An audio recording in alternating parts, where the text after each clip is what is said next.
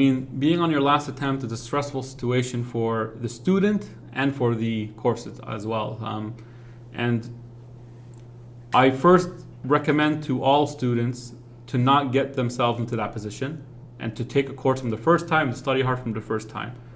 However, if a student is in that last attempt, what they want to do is they have to decide to go all in on this last attempt. Do everything they can.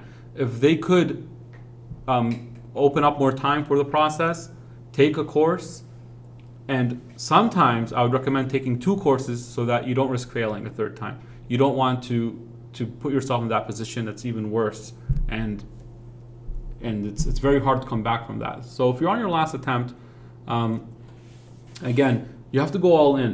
You have to be determined that that's it. You have to do this the right way. Take a course. If you're not 100% feeling confident or like well prepared, take 2 courses. It's fine.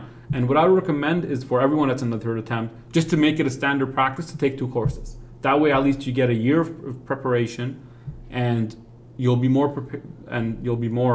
prepared for the exam, and you'll increase your chance to pass. If you prepare for a year with the help of a course, and you don't pass, then at that point I say, I don't think there's anything more you could do. But at least you know if you did that, you know you put everything you can in, and you tried your best. That's what I would say.